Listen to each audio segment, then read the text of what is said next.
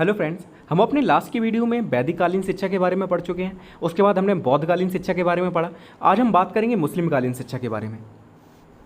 तो देखिए, भारतीय सभ्यता, संस्कृति और समृद्धि हमेशा से ही विदेशी आक्रांताओं के लिए आकर्षण का केंद्र रही है। इन विदेशी आक्रांताओं के साथ ही उनकी परंपरा, संस्कृति का भी भारत में आगमन हुआ, जिससे तत्कालीन शिक्षा व्यवस्था भी प्रभावित हुई। लगभग 550 वर्षों तक मुसलमानों का भारत पर आधिपत्य रहा। उन्होंने यहाँ नई शिक्षा प्रणाली का सूत्रपात किया, जिसे मध्यकालीन मुस्लिम शिक्षा प्रणाली कह सकते हैं। कहने का मतलब है, आप सभी को पता है कि भारत को सोने की चिड़िया कहा जाता था। 712 ईस्वी में मोहम्मद बिन कासिम ने पहला आक्रमण किया था, जो पहला मुस्लिम आक्रमण था भारत पर। उस पर कई मुस्लिम आक्रांता आए, जैसे मोहम्मद गजनबी, ठीक है, महमूद गजनबी, जिसने 17 बार भारत पर आक्रमण किया। फिर मोहम्मद गौरी आया, जिसने यहाँ पर शासन करने के उद्देश्य से आक्रमण किया। ठीक है, तो ऐसे कई लोग आए, जिससे क्या हुआ कि उस समय की जो शिक्षा प्रणाली थी उसमें चेंजमेंट हुआ और नई शिक्षा प्रणाली का सूत्रपात हुआ, जिसे हम क्या कहते हैं, तो मध्यकालीन शिक्षा प्रणाली या मध्यकालीन मुस्लिम शिक्षा प्रणाली कह सकते हैं। ठीक है, तो आप समझ गए होंगे कि मुस्लिम शिक्षा प्रणाली कैसे इसकी शुरुआत हुई थी भारत में। अब हम पढ़ेंगे मुस्लिमकालीन शिक्षा के उद्देश्य।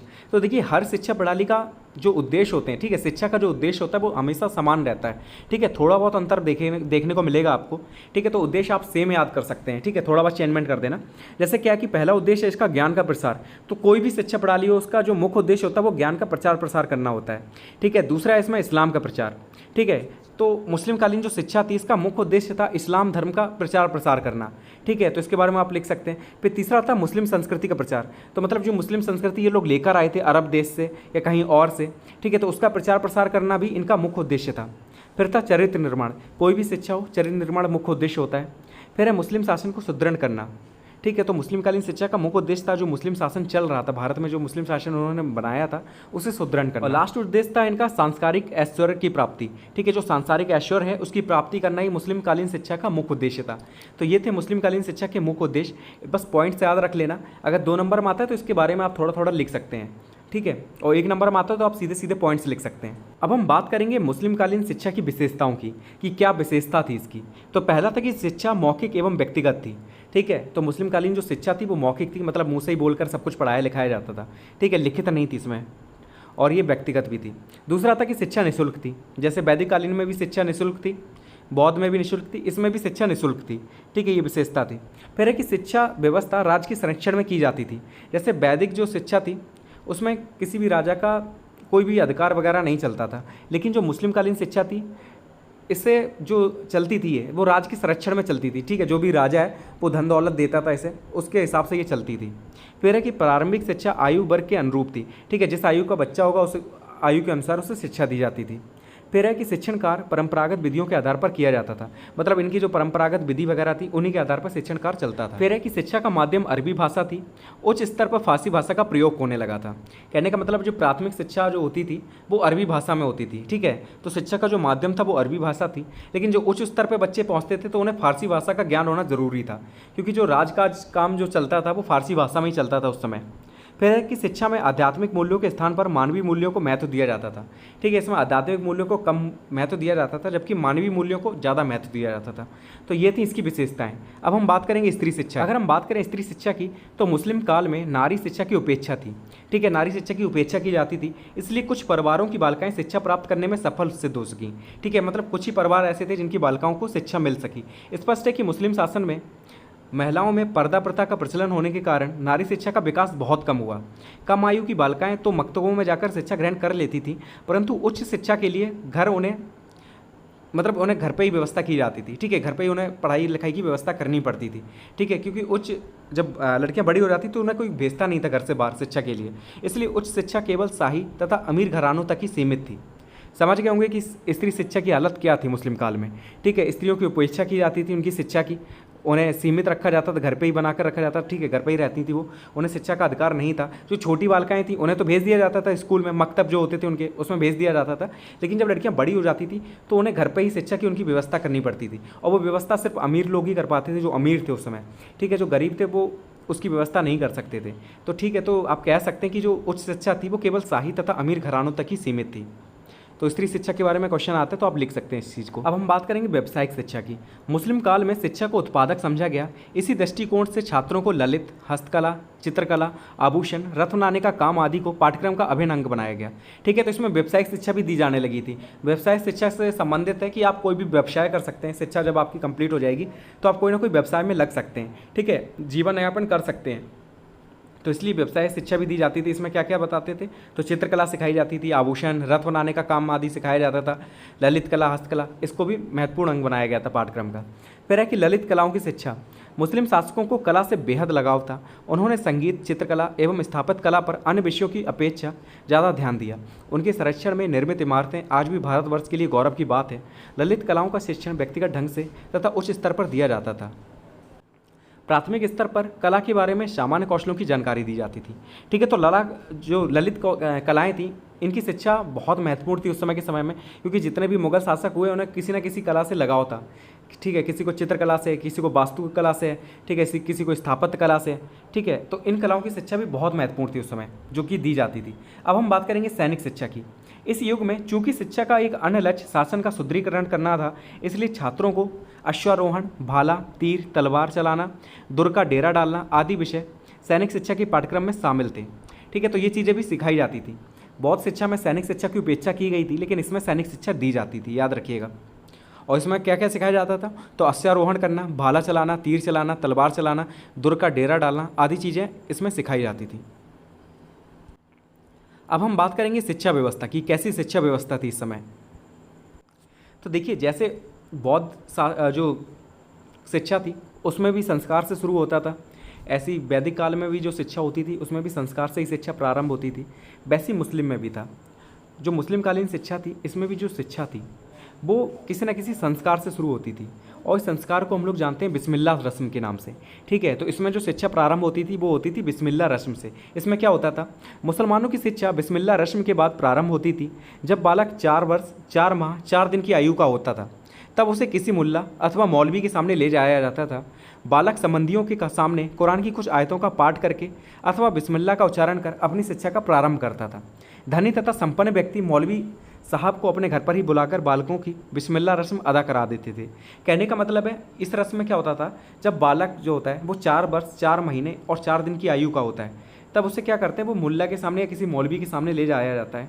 उसके बाद वो कुरान की कुछ आयतें पढ़ने को देता है। ठीक है, कि बालकों से कहता है इन आयतों को पढ़ो। वो उसका या तो आयतों का पाठ पढ़ता है, उसके बाद बिस्मिल्लाह का उच्चारण करता है। अगर मान लिया कि आयतें कठिन है, वो नहीं पढ़ पा रहा है, तो उससे सिर्फ बिस्मिल्लाह बुलवाया जाता है। जब वो बिस्मिल्लाह बोल देता है, उच्चारण कर देता है, तो उसकी शिक्षा का प्रारंभ कर दिया जाता है। ठीक है, तो धनी और संपन्न जो व्यक्ति थे वो क्या करते थे, वो मौलवी साहब को घर ही पे बुला लेते थे। ठीक है, वहीं पे बालकों का जो बिस्मिल्लाह संस्कार था उसकी अदा करा देते थे। अब हम बात करें शिक्षा संस्थाओं की, तो मुस्लिम शासन के समय में शिक्षा मकतब तथा मदरसों में दी जाती थी। सर्वप्रथम प्रारंभिक शिक्षा के लिए बालक को मकतब भेजा जाता था। मतलब जो प्रारंभिक शिक्षा होती थी वो मकतब में होती थी। याद रखना, क्वेश्चन पूछा जाता है 1 नंबर में कि मुस्लिम कालीन में जो प्राथमिक शिक्षा होती थी वो कहाँ पे संपन्न होती थी, तो वो मकतब में होती थी। यहाँ प्रवेश से पहले बिस्मिल्लाह नामक रस्म अदा की जाती थी। मकतब शब्द की उत्पत्ति अरबी भाषा की कुतुब शब्द से हुई है।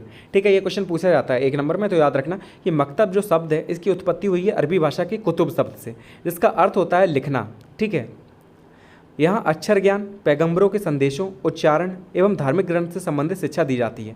ठीक है, तो अक्षर ज्ञान वगैरह और जो भी चीज़ें होती हैं, जैसे यहाँ पर छोटे बच्चों पे होती हैं, तो वो सारी चीज़ें यहाँ पे सिखाई जाती थी मकतब में। मकतबों की शिक्षा प्राप्त करने के बाद छात्र मदरसों में प्रवेश लेते थे। ठीक है, जब प्रारंभिक शिक्षा पूरी हो जाती है तो वो क्या करते हैं, वो मदरसों में प्रवेश लेते हैं। यहाँ उच्च शिक्षा की व्यवस्था की जाती थी। मकतबों की तरह यह भी मस्जिदों से समृद्ध होते थे। इनमें विद्वान उस्तादों द्वारा भौतिक एवं धार्मिक शिक्षा दी जाती थी। मतलब यहाँ पे जो शिक्षक होते थे उन्हें उस्ताद कहा जाता था। ठीक है, तो इस चीज़ को याद रखना, जो शिक्षक होते थे उन्हें उस्ताद कहते थे, और जो स्टूडेंट होते थे उन्हें कलंदर कहा जाता था। ठीक है, तो ये चीज़ याद रखने वाली है, याद रखना। और याद रखना कि जो उच्च शिक्षा है वो मदरसों में दी जाती थी, प्रारंभिक शिक्षा आपको मकतबों में दी जाती थी। ठीक है, और जो मदरसे होते थे या जो मकतब होते थे वो मस्जिदों से जुड़े हुए होते थे। अब हम बात करें शिक्षण विधि की, तो मुस्लिमकालीन शिक्षा मुख्यतः मौखिक थी तथा पाठ्य वस्तु को कंठस्थ करने पर बल दिया जाता था। ठीक है, ये इसकी एक कमी भी कह सकते हैं कि रटने पर बल देते थे ये लोग। तो मुस्लिमकालीन शिक्षा मुख्यतः क्या थी, मौखिक थी तथा पाठ्यक्रम को कंठस्थ करने पर बल दिया जाता था। शिक्षक भाषण विधि का प्रयोग करते थे, वे न केवल छात्रों को व्यक्तिगत कठिनाइयाँ दूर करते थे बल्कि उन्हें स्वाध्याय मतलब खुद पढ़ने के लिए भी प्रेरित करते थे। मॉनिटर प्रणाली इस काल में भी प्रचलित रही। ठीक है, मॉनिटर प्रणाली का यहाँ पे आरंभ भी हुआ था कह सकते हैं और प्रचलित थी। इसमें उच्च कक्षाओं के जो छात्र थे वो निम्न कक्षाओं के छात्रों को पढ़ाते थे। मान लिया अध्यापक वगैरह नहीं है, ठीक है, उस्ताद नहीं है, तो क्या करते थे, जो उच्च कक्षा के जो छात्र होते थे वो निम्न कक्षाओं के जो छात्र होते थे उन्हें पढ़ाते थे। शिक्षा जो थी फारसी भाषा के माध्यम से दी जाती थी तथा शास्त्रार्थ एवं वाद विवाद भी होते थे। ठीक है, तो शिक्षण विधि के बारे में आपको समझ में आ गया होगा कि शिक्षण विधि थी वो मुख्यतः मौखिक थी। ठीक है, और चीज़ों को रटने पर बल दिया जाता था और शिक्षक जो थे भाषण विधि का प्रयोग करते थे। अब बात करें अध्यापक छात्र संबंध कैसे थे। ठीक है, जो शिक्षक थे और जो स्टूडेंट थे उनके बीच में कैसा रिलेशन था। तो मुस्लिम काल में भी प्राचीन काल के समान अध्यापकों तथा छात्रों के संबंध बड़े घनिष्ठ होते थे। शिक्षकों को समाज में सम्मानीय स्थान दिया जाता था। माना जाता था कि उस्ताद की मेहरबानी के बिना सच्चा ज्ञान प्राप्त नहीं किया जा सकता। परंतु मुस्लिम काल के अंतिम वर्षों में अध्यापक छात्र संबंधों की घनिष्ठता तथा गुरु भक्ति के आदर्श लुप्त होने लगे थे। मतलब पहले के टाइम पे जब शुरुआत हुई थी तब शिक्षक को बहुत बड़ा सम्मान दिया जाता था, बहुत आदर सत्कार किया जाता था। लेकिन धीरे धीरे जैसे जैसे मुस्लिम काल आगे बढ़ा तो ये चीज़ें खत्म होने लगी। अब हम जान लेते हैं शिक्षा संस्थाओं के प्रकार की, मतलब कौन कौन से शिक्षा संस्थान होते थे उस समय जहाँ पर ये शिक्षा दी जाती थी। तो मुस्लिम युग में अनेक प्रकार की शिक्षा संस्थाएं थीं। जैसे गुरुकुल में शिक्षा दी जाती थी, सिंगल था वहाँ पर। बौद्ध में भी मठों या बिहारों में दी जाती थी। लेकिन यहाँ पे शिक्षा संस्थाएं कई प्रकार थे। जैसे मकतब में शिक्षा दी जाती थी, प्राथमिक शिक्षा। मदरसों में उच्च शिक्षा दी जाती थी। खानकाहें हुआ करते थे, यहाँ पे भी शिक्षा दी जाती थी। कुरान स्कूल हुआ करते थे, यहाँ पे कुरान की शिक्षा दी जाती थी। फारसी के स्कूल होते थे, यहाँ पे फारसी की शिक्षा देते थे। फारसी व कुरान के स्कूल, अरबी के स्कूल, दरगाहें, ये सारी जगह ऐसी थी जहाँ पे शिक्षा दी जाती थी बच्चों को। ठीक है, तो इनके नाम याद रखना आप। फिर है कि मुस्लिम शासनकाल में फ़ारसी जो थी वो राजभाषा थी। अतः राजपद प्राप्त करने के इच्छुक हिंदुओं और मुसलमानों के लिए फ़ारसी भाषा का ज्ञान होना अनिवार्य था। इस मांग की पूर्ति के लिए फ़ारसी के स्कूलों की स्थापना की गई थी। ठीक है, तो जो भी राजभाषा थी वो फ़ारसी थी। तो अगर किसी को राजपद प्राप्त करना है तो वो क्या करते थे, फ़ारसी भाषा का ज्ञान लेते थे, तभी उन्हें राजपद प्राप्त हो सकता था। अब हम जान लेते हैं कि खानकाहें किसे कहते हैं। ठीक है, एक नंबर में ये क्वेश्चन आते हैं एग्ज़ाम में, तो आपसे पूछा जा सकता है। तो देखिए, खानकाहें जो होते थे वो प्रारंभिक शिक्षा के केंद्र थे। इनमें केवल मुसलमान बालक ही शिक्षा प्राप्त कर सकते थे। इनका व्यय दान में प्राप्त होने वाले धन से चलता था। ठीक है, तो खानकाहें कौन क्या थे, तो ये प्राथमिक शिक्षा के केंद्र थे। और इसमें कौन शिक्षा ग्रहण कर सकता, तो सिर्फ मुस्लिम बालक। ठीक है, जो मुसलमान होते थे खाली उन्हीं के जो बालक होते थे वो इनमें शिक्षा ग्रहण कर सकते थे। और इनका जो व्यय था, इनका जो खर्चा था वो किससे चलता था, तो दान में जो भी इन्हें धन मिलता था उसी से इसका खर्चा चलता था। ठीक है, तो आपको समझ में आ गया होगा खानकाही किसे कहते हैं। फिर आता है मदरसा।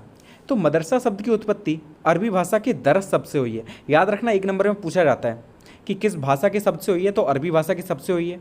किस शब्द से हुई है, तो दरस शब्द से हुई है। और इसका अर्थ क्या होता है, तो भाषण। ठीक है, तो मदरसा शब्द की उत्पत्ति अरबी भाषा के दरस शब्द से हुई है जिसका अर्थ है भाषण। इस प्रकार मदरसा वह स्थान है जहाँ शिक्षण के लिए भाषण अथवा व्याख्यान विधि का प्रयोग किया जाता है। मदरसे उच्च शिक्षा के केंद्र थे और सामान्यतः किसी मस्जिद से संलग्न होते थे। ठीक है, तो आपको समझ में आ गया होगा कि मदरसा क्या है। तो जहाँ पे उच्च शिक्षा प्राप्त होती थी वो मदरसों में ही होती थी और इसकी उत्पत्ति हुई है अरबी भाषा के दरस शब्द से जिसका अर्थ होता है भाषण। मतलब मदरसा वह स्थान है जहाँ शिक्षण के लिए भाषण अथवा व्याख्यान विधि का प्रयोग किया जाता है। और जो मदरसे होते थे वो शिक्षा के केंद्र थे और सामान्यतः किसी मस्जिद से जुड़े हुए होते थे। ठीक है, तो इतना लिखना है आपको एक नंबर में। अब हम पढ़ेंगे मध्यकालीन मुस्लिम शिक्षा प्रणाली के गुण कि क्या क्या इसमें गुण थे और कौन कौन से इसमें अवगुण थे। ठीक है, तो गुण देख लेते हैं। सबसे पहले कि शिक्षा को राज्य का संरक्षण प्राप्त था। ठीक है, तो पहला गुण ये था, ऐसा राज्य का संरक्षण वैदिक शिक्षा में नहीं था। ठीक है, तो मध्यकालीन जो मुस्लिम शिक्षा प्रणाली थी इसमें क्या था, शिक्षा को राज्य का संरक्षण प्राप्त था।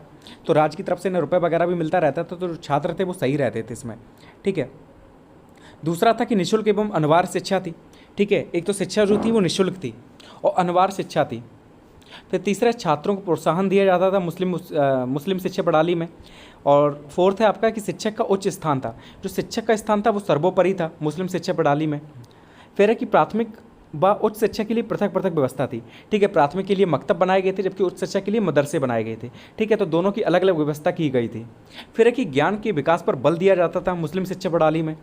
फिर है ललित कलाओं एवं हस्तकलाओं की उन्नति। ठीक है, तो ये थे मुस्लिम कालीन शिक्षा के गुण कि इसमें ललित कला जो थी, जो भी हस्तकलाएँ थी, उनकी उन्नति, उनके विकास के लिए कार्य किया जाता था। ठीक है, उन्हें पाठ्यक्रम में शामिल किया गया था। तो ये थी मुस्लिम कालीन जो मुस्लिम शिक्षा प्रणाली थी उसके गुण। ठीक है, तो इन गुणों के पॉइंट्स आप अच्छे से याद रखिएगा। अब हम बात करेंगे मध्यकालीन मुस्लिम शिक्षा प्रणाली के दोष कि क्या क्या दोष थे इसमें। तो पहला था कि हिंदू शिक्षा पद्धति पर आघात। मतलब कैसे आघात था, तो जो जितने भी हिंदुओं के विद्यालय वगैरह थे, जो भी पुस्तकालय थे, तो विद्यालयों को ध्वस्त कर दिया गया। जितने भी विश्वविद्यालय थे, आपने नालंदा विश्वविद्यालय के बारे में सुना होगा कि बख्तियार खिलजी था एक, जिसने क्या किया था, नालंदा विश्वविद्यालय पे आग लगा दी थी। ठीक है, तो वहाँ पे बहुत किताबें थी जो काफ़ी फेमस किताबें थी, 6 महीने तक वो जलता रहा था, ऐसा कहा जाता है। ठीक है, तो काफ़ी जो फेमस किताबें थी, कई ग्रंथ ऐसे होंगे जो वहाँ पर उस समय थे। ठीक है, वो सारे जल गए थे और पुस्तकालय वगैरह थे वो जला दिए गए थे। तो हिंदू शिक्षा पद्धति पर आघात किया गया था। दूसरा था कि स्त्री शिक्षा का ह्रास। ठीक है, स्त्री शिक्षा को अच्छा खासा प्रोत्साहन मिला था बौद्धकालीन शिक्षा में, लेकिन इसमें उसका ह्रास हुआ। और किसके कारण हुआ, तो पर्दा प्रथा, कई ऐसी प्रथाएं थी जिसमें लड़कियों को आज़ादी नहीं थी। ठीक है, इससे क्या हुआ, स्त्री शिक्षा का ह्रास हुआ। तीसरा था क्षेत्रीय भाषाओं का पतन। ठीक है, मुस्लिम कालीन शिक्षा आई, उससे क्या हुआ, अरबी भाषा है, फारसी भाषा है, इनका प्रचलन तो बहुत ज़्यादा बढ़ गया, लेकिन जो भी क्षेत्रीय भाषाएं थी जैसे संस्कृत है, पाली है, प्राकृत है, इन भाषाओं का पतन हो गया। ठीक है, फिर है कि शिक्षा का कमज़ोर संगठनात्मक स्वरूप। ठीक है, जो शिक्षा का संगठन था वो काफ़ी कमज़ोर था। ठीक है, उसका स्वरूप काफ़ी कमज़ोर था। फिर है शिक्षा की लौकिक पक्ष पर ज़्यादा बल दिया जाता था, आध्यात्मिक पक्ष पर कम बल दिया जाता था इसमें। फिर है कि कठोर शारीरिक दंड। हाँ, दंड के बारे में पूछा जाता है तो याद रखिएगा, जो मध्यकालीन मुस्लिम शिक्षा प्रणाली थी इसमें जो दंड दिया जाता था वो काफ़ी खतरनाक था। ठीक है, शारीरिक दंड ज़्यादातर दिया जाता था और वो काफ़ी वैसा था, डेंजर टाइप का। इसमें वेद से भी दंड मिलता था, कोड़े मारे जाते थे, लात घूंसे थप्पड़ सबका यूज़ होता था इसमें। ठीक है, फिर है कि दोषपूर्ण शिक्षण पद्धति। ठीक है, तो और क्या था कि दोषपूर्ण शिक्षा पद्धति क्यों थी इसमें। ठीक है, शिक्षण विधि दोषपूर्ण क्यों बताई गई है, क्योंकि इसमें रटने पर बल दिया जाता था। मैंने आपको पहले भी बताया कि इसमें रटने पर बल देते थे और जो शिक्षण विधि थी वो मौखिक थी। ठीक है, तो रटने पर बल देते थे, इसलिए कोई भी रटने वाली चीज़ हो वो हमेशा दोष में ही आती है। फिर है कि नेतृत्व के गुणों का विकास करने में असफल। ठीक है, तो ये भी एक दोष था मध्यकालीन मुस्लिम शिक्षा प्रणाली का कि इसमें नेतृत्व के गुणों का विकास पर ज़्यादा फोकस नहीं किया जाता था। ठीक है, तो इन पॉइंट्स को याद रखना, ये थे मध्यकालीन मुस्लिम शिक्षा के दोष। तो ये चैप्टर आपका यहीं पे कंप्लीट होता है। आप क्वेश्चन आंसर देख लेते हैं इसके। तो बहुविकल्पी में पूछा गया कि मुस्लिम कालीन शिक्षा का उद्देश्य क्या था। इस्लाम धर्म का प्रचार, भौतिक ऐश्वर्य की प्राप्ति, ज्ञान की प्राप्ति या उपयुक्त सभी। तो इसका आंसर आप कमेंट बॉक्स में देना। दूसरा था कि बिस्मिल्लाह संस्कार होता था 4 माह 2 दिन में, 3 माह 3 दिन में, 4 माह 4 दिन में या 1 माह 2 दिन में। ठीक है, तो इसका भी आंसर आपको कमेंट बॉक्स में ही देना है। फिर नेक्स्ट क्वेश्चन है कि मकतब किस भाषा का शब्द है और इसका अर्थ क्या होता है। तो मैंने आपको ऊपर बताया है, इसे अच्छे से याद रखना। फिर है कि मुस्लिम शिक्षा के 2 केंद्रों के नाम बताइए। तो देखिए, आगरा था, बनारस था, ये मुस्लिम केंद्र थे, याद रखिएगा। ठीक है, जहाँ जहाँ जैसे लखनऊ है, जहाँ पे मुस्लिम ज़्यादा होंगे वहाँ पे मुस्लिम शिक्षा के केंद्र जरूर रहे होंगे। ठीक है, तो यहाँ पर आपका ये चैप्टर है आपका कंप्लीट होता है। ठीक है, अब हम मिलेंगे नेक्स्ट वीडियो में नेक्स्ट टॉपिक के साथ। ठीक है, thank you so much for watching this video.